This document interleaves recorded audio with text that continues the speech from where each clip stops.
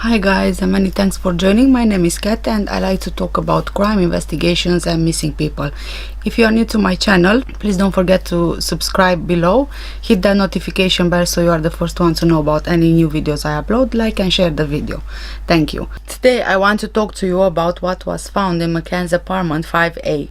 Let's start with this. Scent of cadaver is a compound produced by a decomposing human body beginning 90 minutes after death. Eddie, the cadaver dog, and Keela, the blood dog, were brought in. The dog alerted to Madeleine's decomposing body in the wardrobe of 5A, Kate's clothes, behind the sofa, in the Renault, and on the cuddle cat which belonged to Madeleine. The dogs alerted to a source of blood behind the sofa and no blood identified from analysis. They alerted to the tiles and skirting behind the sofa. The dogs were specifically trained to detect human remains and human blood. As part of their training, they were trained using human bones. All witness statements from TAPA 7, Kate and Gerry's statements, which have humongous discrepancies and lies. It's my opinion, Madeleine might have died about 5:45 to 6 in the evening. She either fell or was pushed and fell down the stairs, banging her head. The apartment had marble floor. Probably she smashed her skull. Eddie the dog could smell cadaverine at the bottom of the stairs. I think they hid her behind the sofa where, once again, Eddie the dog smelled cadaverine. And traces of blood have also been found, and we also know that there was a cleaning attempt made. Also, as mentioned in witness statements, which I talked about in the previous video, why would someone have a shower and a bath straight away after a shower? Presumably this is what Kate did. I think she might have been trying to wash off the blood and any evidence. However, the dog could smell cadaverine on Kate's clothes as well. My theory is this. Hear me out. Madeleine might have been doing something wrong, something what a normal child does, which usually annoy the parents, and one of the parents snapped in anger and must have done something intentionally or not which hurt Madeleine to the point that she died. Now they know they left their children alone on so many occasions and they could have easily been accused of negligence. In a desperate attempt to avoid prison, they decided to get rid of Maddie's body. It is possible Kate, distressed, asked for Jane's help and the whole group. This group, from what I read, they are quite pervert in the sense of their bedroom preferences. I'm not gonna say the S word because it might hurt the video, so I'll just refer to it as bedroom preferences. I heard they might have been swingers, and this might be one of the reasons why they decided to travel as part of a group. And it's quite possible that being scared they will damage their reputation, they helped Kate and Gerry get rid of the body, evidence, and come up with a cover story. Although everything got muddled up, so many inconsistencies in their statements that it makes your head spin. So many inconsistencies and so many lies is unbelievable. Check out my other video about the witness statements. Now, there is a reason the dog could smell blood outside of apartment 5A. It is possible Gerry was seen carrying Madeleine's body when a witness saw him carrying the girl. It's possible. We do know that someone saw him carrying Madeleine and he was saying that he carried her because she was too tired.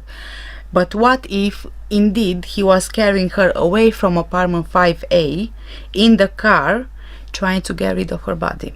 I think initially they probably buried her body in the near areas, but after quite some time, when Gerry with no reason traveled from US to Portugal, he actually went back for a good reason, to get rid of the body. The whole group was quite familiar with the beach, considering the fact they were jogging and visiting the beach every day when they were on holiday.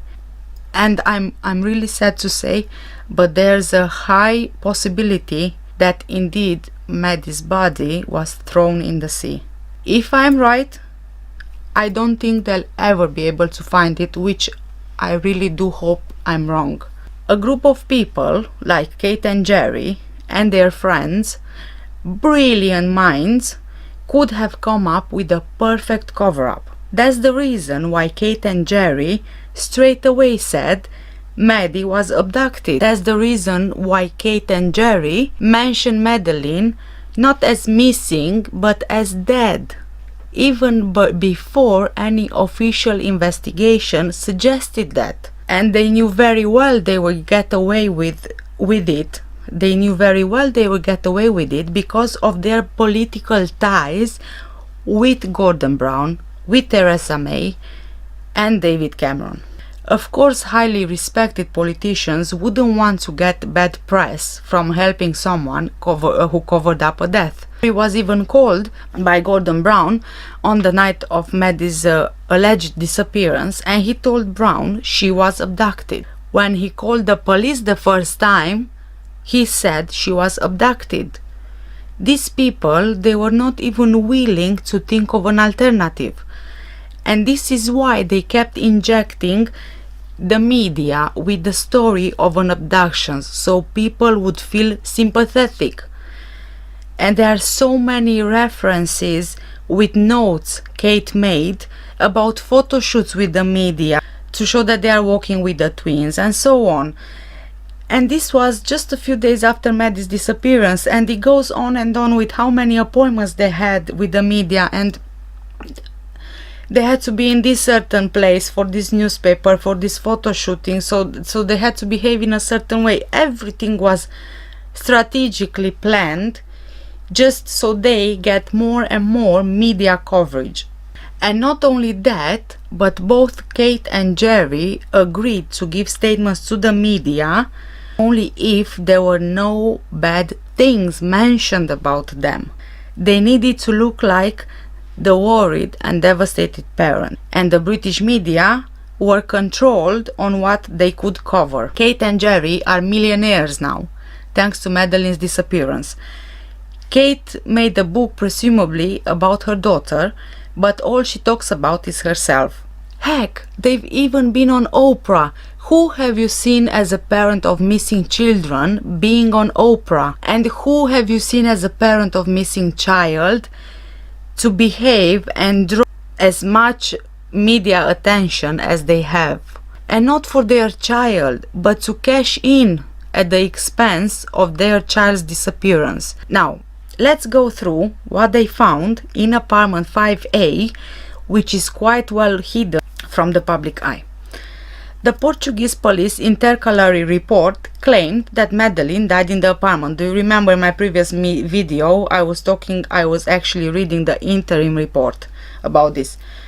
Her parents hid her body and simulated an abduction. From official police files, the minor Madeleine Mccann died in the apartment 5A of the Ocean Club Resort on the night of May the 3rd, 2007. Kate Mccann and Gerry Mccann are involved in the occultation of the cadaver of their child. Scotland Yard believed at one point that she didn't leave that apartment alive.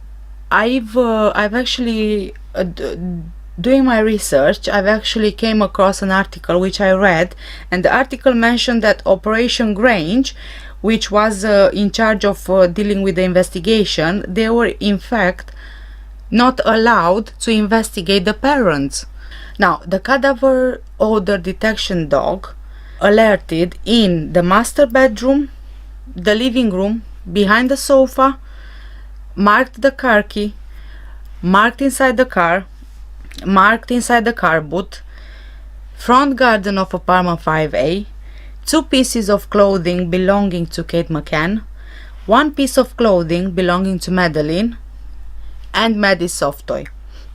The blood dog alerted to the living room behind the sofa, marked the car key, marked the inside of the car boot, same spots like the cadaver odor dog. Marking occurred behind the living room sofa, the cadaver odor blood DNA, which proves that said piece of furniture was pushed back by someone after the death of Madeleine Mccann was verified. Maddie's hair was found in the car boot. DNA was found. Why would Maddie's hair be found in the car boot? If they didn't take Maddie's body and put it in the car boot to get rid of it. That would be the only explanation, because you don't put your kid in the car boot to go for a trip. Let's be honest. Blood was also retrieved from the tires and was sent for forensic examination, confirming the dog's findings. So they did confirm the dog's findings, which makes them reliable dogs, even though Gerry said in an interview that they are not reliable at all. And he was like, in the interview, Sandra was taking the interview, and he was like saying, "Oh, ask the dog, Sandra." Like, he's so arrogant and so full of himself. It's unbelievable. Now all of the DNA components match the corresponding components in the DNA profile of Madeleine Mccann. The components were found in the spot behind the sofa and the boot of the rental car. When asked about blood in another interview, Gerry stormed out of the room. He just didn't want to hear it anymore. He physically left. He took off his microphone, he threw his microphone and left the room, and Kate kept saying, "Calm down, sit back down," and then he just left, and she was trying to justify him leaving by saying to the interviewer, "Oh, he will calm down, he just needs a breath of fresh air." A neighbor living above McCann's apartment heard Maddie and the twins cry for quite some time from the night before Madeleine disappeared. They only stopped crying when Gerry came back from dining at the tapas. 15 out of 19 markers marked Maddie's DNA with the DNA samples found in the apartment and in the car. And dogs even found bodily fluids in the car, in the rental car. Now, Gerry and Kate are defending these findings by saying that they were not the only ones who rented the car. And obviously they are just trying to push all the evidence against them to, and just to keep up with their theory of what happened and their cover-up story. And according to numerous reports, Portuguese officials believe the McCanns may have sedated their daughter, and perhaps she died accidentally, and the British couple, both 39 and physicians, hid the body for weeks before disposing of it. The Portuguese police even offer Kate a deal. If she confesses to killing her daughter, she'd only get a sentence of no more than 2 years. Now, this is what she claims. And she says that after around 12 hours of interrogations, she was offered a plea bargain through her lawyer. And at the same time, whilst Gerry was interviewed, her sister, Kate's sister, Philomena, appeared on Sky News already talking about the plea bargain which was offered. In her book, Kate claims she was offered a plea bargain as well, but later, check this out, later her lawyer deemed it as a misunderstanding. See, when she lied, she was not in touch with her lawyer because she didn't know the Portuguese law. She should have been in touch with her lawyer because the lie was exposed. If I'm not mistaken, Portuguese law does not allow plea bargains. Even Kate's dad confirmed Kate would give the kids Calpol to help them sleep. However, Kate denied all of this. Of course she did. Many thanks for watching, and please don't forget to check my other videos about Madeleine Mccann's investigation. I also have a playlist which I'll be adding the link to in the description. Please let me know in the comments below what do you guys believe about all these theories and investigation and all this evidence, and what do you think that should be done in this case. Many thanks for watching. Take care. Bye bye.